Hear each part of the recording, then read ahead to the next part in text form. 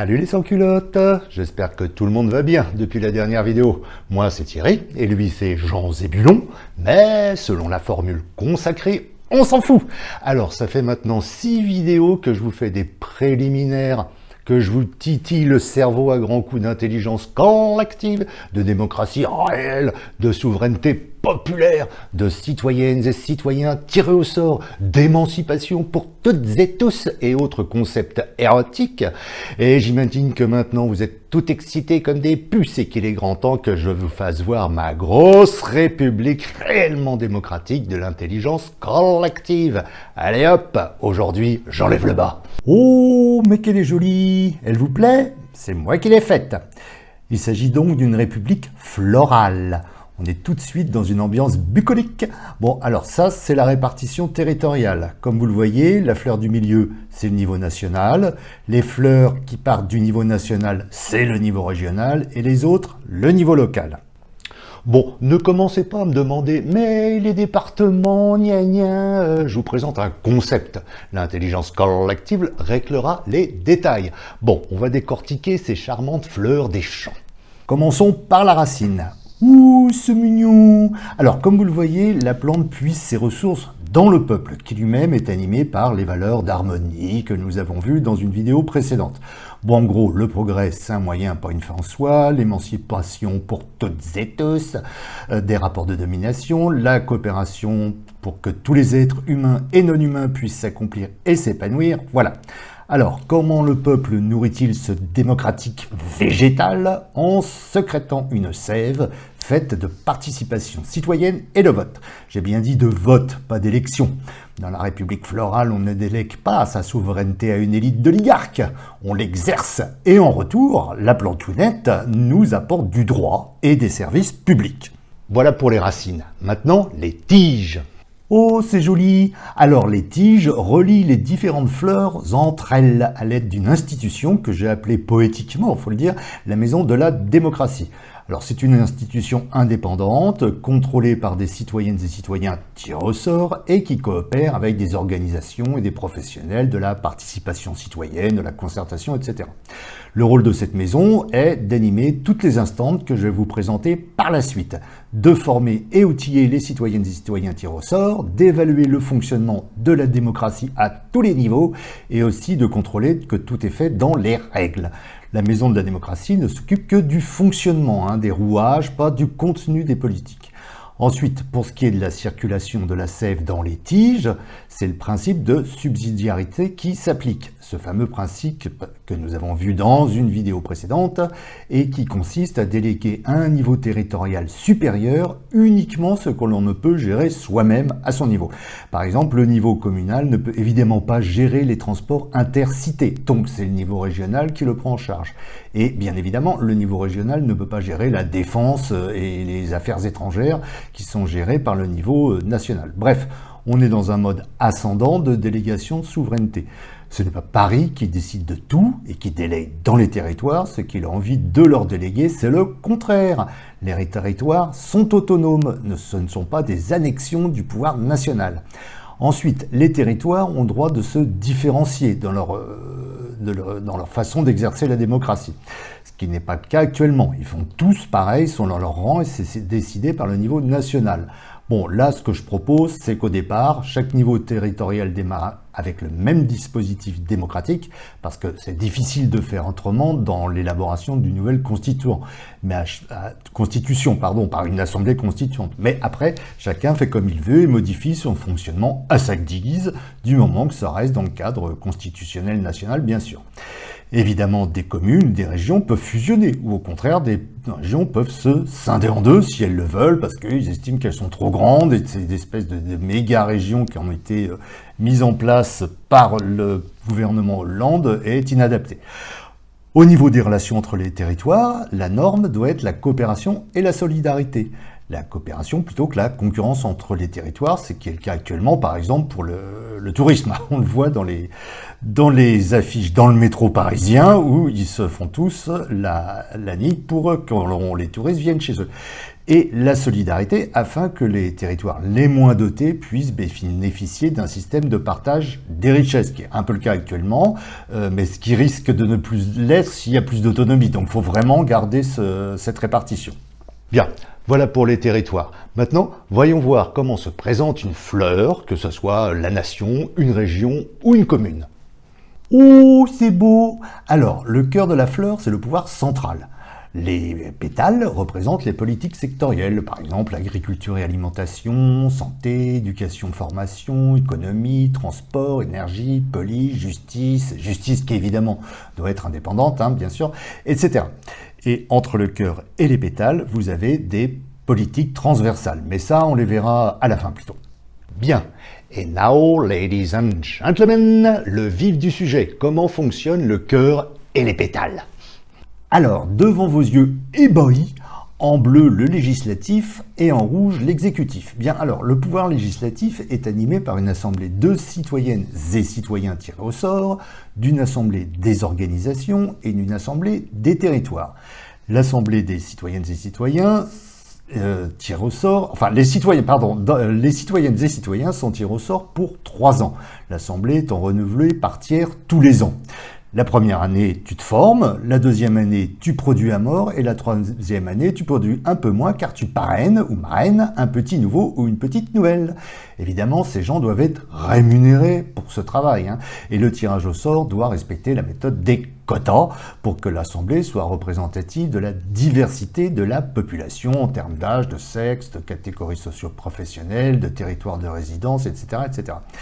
C'est l'Assemblée citoyenne qui a le dernier mot dans l'élaboration de la loi et des feuilles de route politiques par rapport aux 2 autres assemblées. Voilà.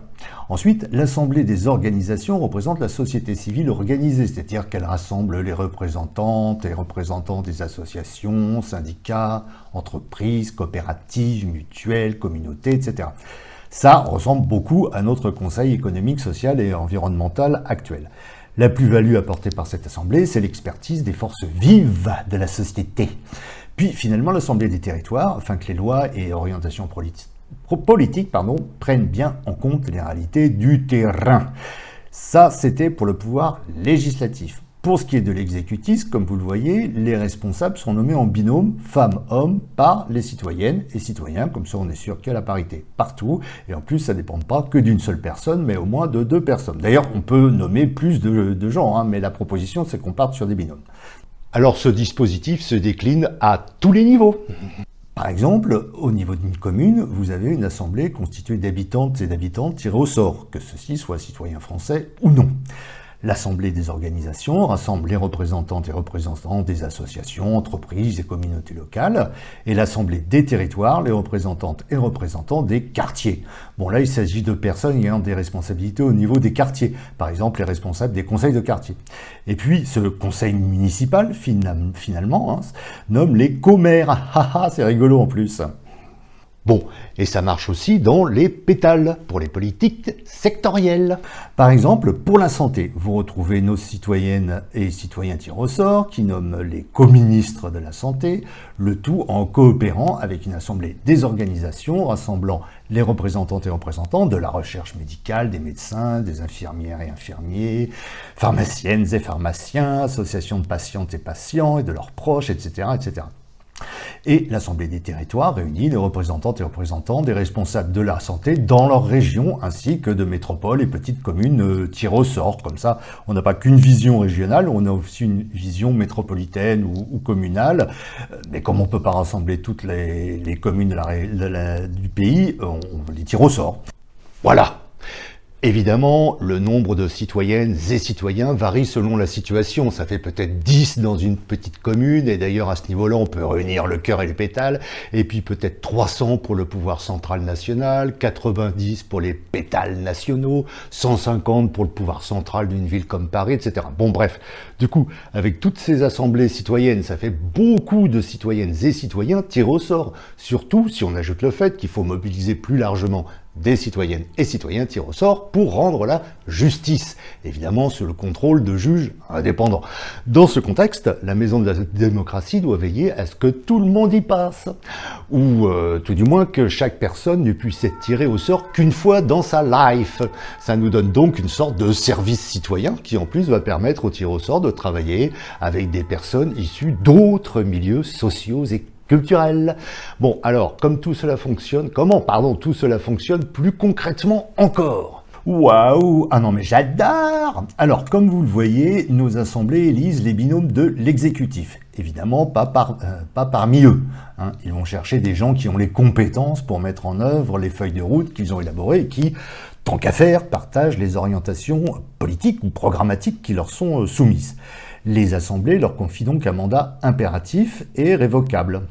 Alors, le terme de mandat, normalement, est utilisé pour des députés, donc c'est plutôt leur faire donc une mission, en fait, impérative et révocable. S'ils ne font pas correctement le boulot, ils sont virés, tout simplement, et remplacés. Donc, ils doivent rendre compte régulièrement, et bien sûr, ils peuvent proposer eux-mêmes des trucs. Ils sont bien placés pour avoir des bonnes idées, quand même.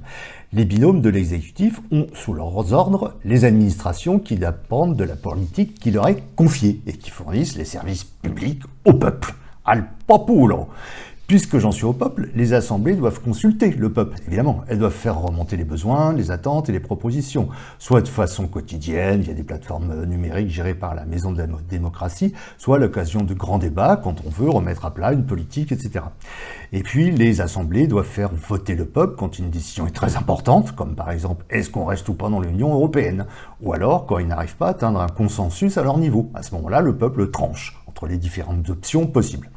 Bien sûr, le peuple peut soumettre des référendums d'initiatives citoyennes à tous les niveaux territoriaux. Bon, et puis à droite, on retrouve notre maison de la démocratie qui accompagne tout le bordel et fait en sorte que tout ça tourne bien. Bien, et là vous vous dites, mais les politiques transversales alors, mais rien ne vous échappe. Eh bien, calmez-vous, les voilà. Oh my God, it's amazing! Alors, une politique transversale, c'est une politique qui concerne toutes les politiques sectorielles. Ça peut donc être la politique environnementale, qui n'est pas une politique en soi, mais concerne l'agriculture, l'industrie, le logement, les transports, l'énergie, la santé, l'éducation, etc. Ça peut être aussi, par exemple, la mise en cohérence des politiques sectorielles, qu'elles aillent tous dans le même sens, sinon on va passer son temps à faire 3 pas en avant et 2 pas en arrière.